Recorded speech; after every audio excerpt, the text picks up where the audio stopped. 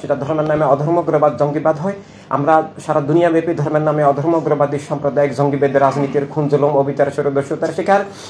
বাংলাদেশে আজকে ধর্মের নামে ওয়াহাবিবাদ, ধর্মের নামে সালাফিবাদ, ধর্মের নামে মৌদুদিবাদ, এগুলা খুনি সম্প্রদায়, এগুলো জালিম সম্প্রদায়। ধর্ম উগ্রবাদী দলগুলো জাতিসংঘ নামক যে রাষ্ট্রসংঘ, এই রাষ্ট্রসংঘের যে বাংলাদেশে মানবাধিকার খোলার একটা উদ্যোগ চলছিল, সেটার পর্যন্ত বিরোধিতা করছে। কারণ তারা মানবাধিকারের শত্রু, তারা মানবাধিকার স্বীকার করে না, তারা জঙ্গিবাদ, উগ্রবাদ, তারা মা বোনদের অধিকার শিক্ষা স্বীকার করে না। আগের চেয়ে শতগুণ মারাত্মক ফেসিবাদ স্বৈরাচার কায়েম হয়েছে। সরকারিভাবে জঙ্গিবাদী সাম্প্রদায়িক দলগুলোকে প্রশ্রয়, পৃষ্ঠপোষকতা দিয়ে ক্ষমতার বলে নিজেরা দল করে সন্ত্রাস, মব সন্ত্রাস করে, গুন্ডামি করে, এবং এমনকি আরো দুঃখের সাথে আমরা লক্ষ্য করছি সেনাবাহিনীকে পর্যন্ত, জনগণের সেনাবাহিনী, রাষ্ট্রের রক্ষক, জীবনের রক্ষক, স্বাধীনতা সার্বভৌমত্বের রক্ষক, দলের ঊর্ধ্বে যে সেনাবাহিনী, সেটাকেও দলীয় কাজে ব্যবহার করা হচ্ছে। জীবন বিরোধী, মানবতা বিরোধী শরীর রাজনীতির মানে আছে দুইটা অপশক্তি। একটা ধর্মের নামে অধর্ম, উগ্রবাদী, জঙ্গিবাদী, সাম্প্রদায়িক, হিংস, পাশবিক রাজনীতি, আর একটা মানব জীবন অস্বীকারী, স্রষ্টার বন্ধন ছিন্নকারী, মানুষের মধ্যে বস্তুগত বিভেদ, বৈষম্য সৃষ্টিকারী, বস্তুবাদী, জাতীয়তাবাদী, চেতনা ভিত্তিক জাতীয়তাবাদী রাজনীতি। এই দুই রাজনীতির কারণেই মানব জীবনের সকল সংকট, সত্যের বিলুপ্তি, মানুষ অমানুষ হওয়া, পৃথিবীতে খুন, জুলুম, অবিচার, দারিদ্র্য, পাশবতা, বিভেদ, বৈষম্য তৈরি হওয়া, এই অধর্ম উগ্রবাদী রাজনীতি, এটা ধর্মের নামে চললেও এটা আসলে ধর্মের শিক্ষা নয়। ইসলাম এবং সব ধর্মের শিক্ষা হচ্ছে মানবতার রাজনীতি।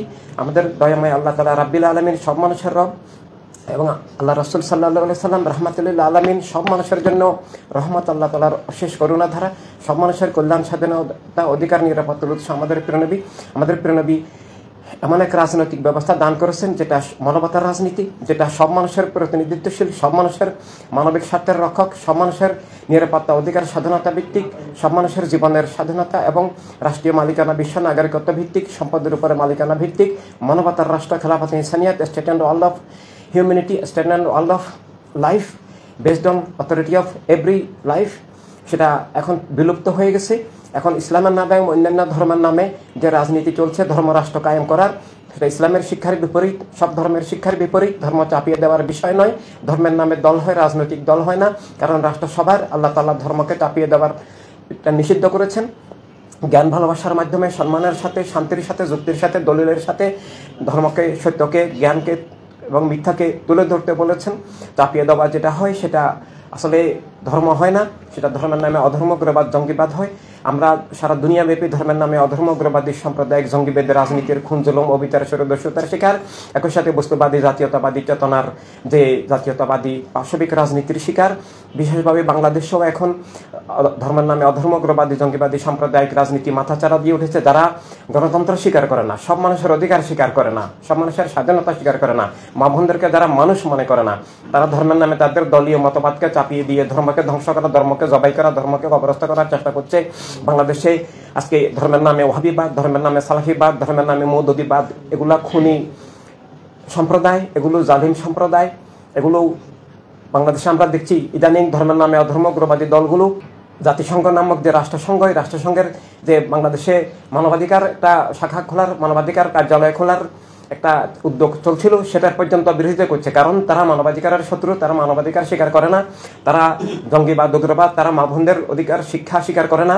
এবং বিশেষভাবে দুঃখের বিষয়, বিগত সরকারের পতনের পর আমরা আশা করেছিলাম জীবনের স্বাধীনতা আসবে, গণতন্ত্র ফিরে আসবে, সবার ভোটাধিকার ফিরে আসবে, নিরাপত্তা ফিরে আসবে, অর্থনৈতিক সচল গতিশীল হবে। কিন্তু আরও আমরা দুঃখের সাথে লক্ষ্য করছি যে বিগত সরকারের পতনের পর যে আশায়, যে লক্ষ্যে জনগণ আন্দোলনে যুক্ত হয়েছিল, কিন্তু বিশ্বাসঘাতকতা করা হয়েছে, মির্জাফরি করা হয়েছে। আগের চেয়ে শতগুণ মারাত্মক ফেসিবাদ স্বৈরাচার কায়েম হয়েছে।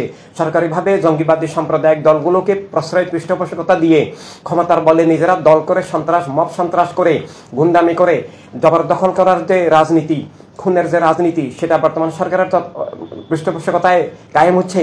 এবং এমনকি আরও দুঃখের সাথে আমরা লক্ষ্য করছি সেনাবাহিনীকে পর্যন্ত, জনগণের সেনাবাহিনী, রাষ্ট্রের রক্ষক, জীবনের রক্ষক, স্বাধীনতা সার্বভৌমত্বের রক্ষক, দলের ঊর্ধ্বে যে সেনাবাহিনী, সেটাকেও দলীয় কাজে ব্যবহার করা হচ্ছে। মানুষকে খুন করায় ব্যবহার করা হচ্ছে।